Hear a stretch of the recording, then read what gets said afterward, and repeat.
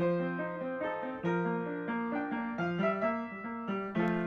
this video, we're going to learn to crank a simple scarf, which is great for your very first ever project on your Dina Bean sock machine.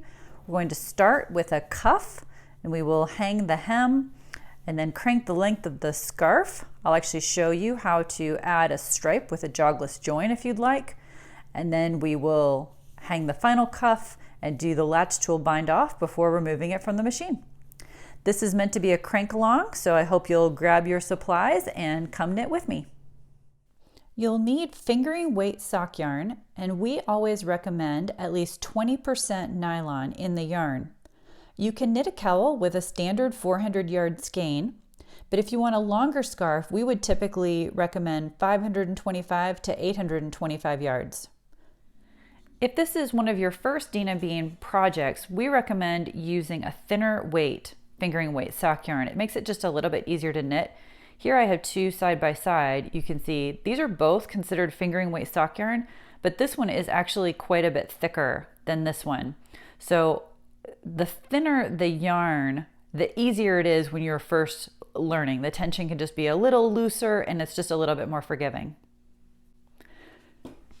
You're also going to want some waste yarn in a sharply contrasting color, but about the same weight. So again, if you have a thin sock yarn or project yarn, you're going to want a thin waste yarn as well. For this project, you're going to want a ravel cord, and it's handy to have about 6 pieces of scrap yarn nearby, perhaps one in a contrasting color. Tools that we always use, of course, include a setup bonnet, but you can just use a scrap tube of knitting if you don't yet have a setup bonnet. You'll need a set of soft weights. I have a heavy, medium, and light. I mainly use the medium, and on the 2.0 machine, just under 2 pounds, I find to be the most ideal, with a cable ring, of course. And then from this set of tools, I have the loom tool, which is a little less sharp. I have a pick tool, which is very sharp, a latch tool, some darning needles. I always keep my screwdriver nearby, a pair of tweezers for picking up drop stitches, and then it's often handy to have some weighted clips. For measuring gauge, I like to have 2 stick pins and a ruler. Today I'm using a 60 needle cylinder, but you'll want to use whatever size helps get you the width of the tube that you want and the drape of the fabric that you want, which also could change based on the specific yarn that you're using. The Tuttle cylinders that are just a little bit wider are also great, and of course the ones with more needles will give you a wider width for your scarf. Before we get started with our project, I wanted to make sure we're oriented the same way as I'm sharing directions, and these are the same ones that we use in our written patterns. So I think of the machine itself as a clock. So 12 o'clock is up here. I'm right in front of the row counter, and I get this question a lot. I mean on the part of the camshell that does not move. So people often ask if the 12 o'clock is on the cylinder, but of course the cylinder moves, so that's hard for me to wrap my head around how 12 o'clock would keep spinning around. So for me, and in all of our videos, 12 o'clock always means right here at the top, no matter what's happening with the cylinder.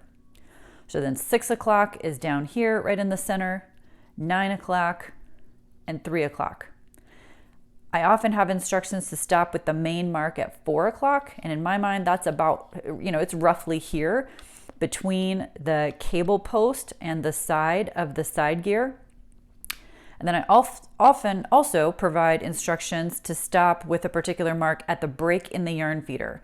And so I mean right here, where the yarn goes out through the little split in the yarn feeder. If we then look at the cylinder itself, there's a whole page on the Dina Bean site for marking your cylinder, and it has diagrams for every size cylinder for how many needles go between the marks. And of course you can use any color you want. On our videos, it's always consistent that black is the main mark, red is the halfway mark, And then there are 4 target needles marked, and on ours those are always pink. So there are 2 here at the top and 2 here at the bottom. And the final reference I use often is I will say to go to the right or left of a particular mark. And I always mean when looking at the cylinder from the outside. So if this is the main mark and I'm referencing the needle to the right of the main mark, it's this needle. Okay, so the one to the right when you're looking from the outside of the cylinder. Visit us at deanandbean.com and please like and subscribe. Thanks for watching.